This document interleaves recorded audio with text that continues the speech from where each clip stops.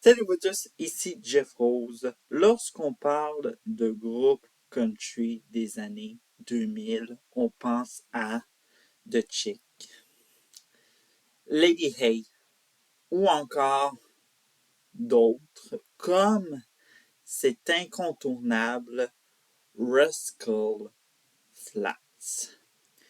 Avant la formation du groupe, les trois membres, Gary, Jay et Joe, avaient un peu d'expérience dans la musique.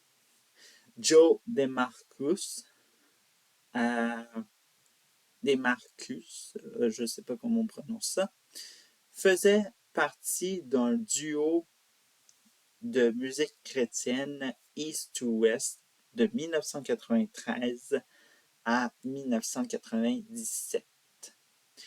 Après la dissolution d'East to West, DeMarcus va convaincre son cousin Gary LeVoice de déménager à Nashville.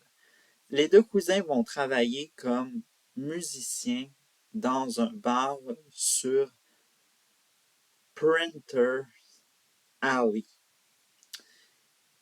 Mais un soir, leur guitariste habituel est absent.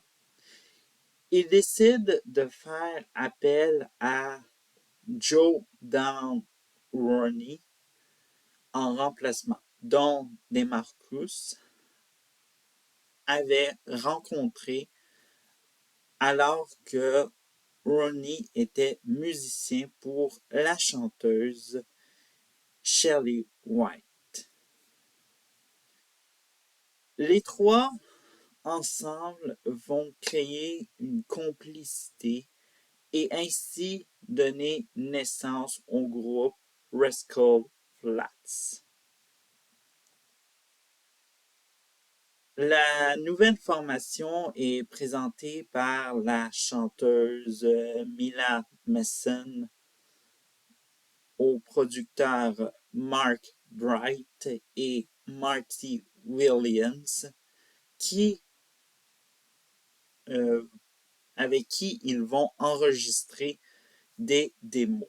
Ces démos en question seront écoutées par Doug Hauer, directeur artistique au label Lyric Street, et sont signés dans les derniers mois de l'année 1999.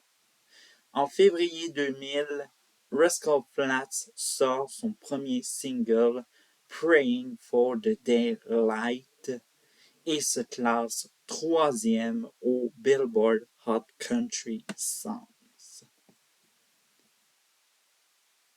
En juin 2000, le groupe publie leur premier album studio éponyme, qui se classe lui aussi troisième, mais sur le country, le Billboard Top Country Albums.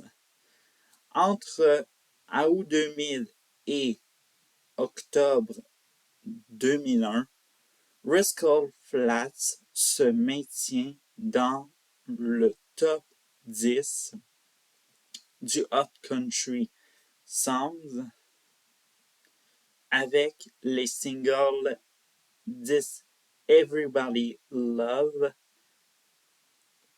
Why You Love Me et, excusez-moi, I'm Moving On. Même que I'm Moving On va être récompensé chanson de l'année par l'Academy of Country Music en 2003. Après une contribution aux bandes sonores des films The Empire's New Groove, Un empereur nouveau genre et We Were Soldiers, Nous étions soldats, le groupe s'attaque au deuxième album studio, Melt. L'album est numéro 1 au Billboard Top Country Albums, ainsi que deux singles le seront au Hot Country Songs, dont These Day et Melbury. En 2003, Rascal Flatts fait jaser pour son vidéoclip de la chanson I Melt, en raison de la nudité. Même que ce sera la première fois que la chaîne CMT diffuse un vidéoclip osé sur ses ondes. Et oui, c'est la première fois qu'ils vont diffuser de la nudité sur leurs ondes. Oui, vous avez très bien entendu. L'année suivante est publié le troisième album studio Feels Like Today, marque le début d'une série d'albums numéro 1 simultanés sur le Billboard 200, qui est le classement principal aux États-Unis, et le Top Country Albums. On retrouve les singles à succès Bless the Broken Road et Fast Cars and Freedom, mais aussi le morceau caché Skins Sarabeth. À propos de Skins Sarabeth, c'est que des radios ont commencé à jouer le titre et cela a causé son entrée dans le top 40 du Hot Country Songs, évidemment, avant que cela soit officiellement un single. Bon. Est-ce la pression du public? Je ne sais pas trop, mais bon. 2006 est une grosse année pour Rascal Flatts avec l'album studio Me and My Gang, qui sera le deuxième album le plus vendu de l'année 2006 aux États-Unis, suivi de la bande sonore d'High School Musical. Bon. Pour tous ceux qui ont été fans d'High School Musical, maintenant qui écoutent du country, vous le savez maintenant qu'est-ce qui s'est passé en 2006.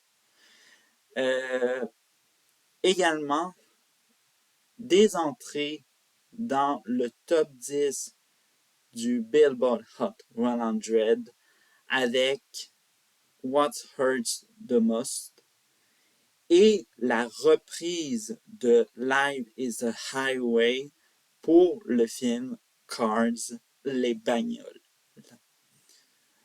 Le cinquième album studio Still Feels Good sortira l'an suivant et n'aura pas le même succès que le précédent. Mais il sera numéro 1 simultané au Billboard 200 et au Top Country Albums. À part qu'on retrouve les chansons à succès Take Me Here et Here, No Rings a valu pour Rascal Flatts, excusez-moi, le producteur Dan Huff et Disney Music Group un procès. L'auteur-compositeur B.L. Barron accuse le groupe de s'être inspiré de Shadows of the Night, chanté par Pat Benatar. Ce genre de procès est vraiment technique et si je peux ajouter, ça prendrait une vidéo entière pour vous dire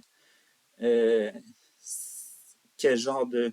Mais on a risqué de faire un procès similaire comme ce fut le cas pour la chanson My Sweet Lord de George Harrison.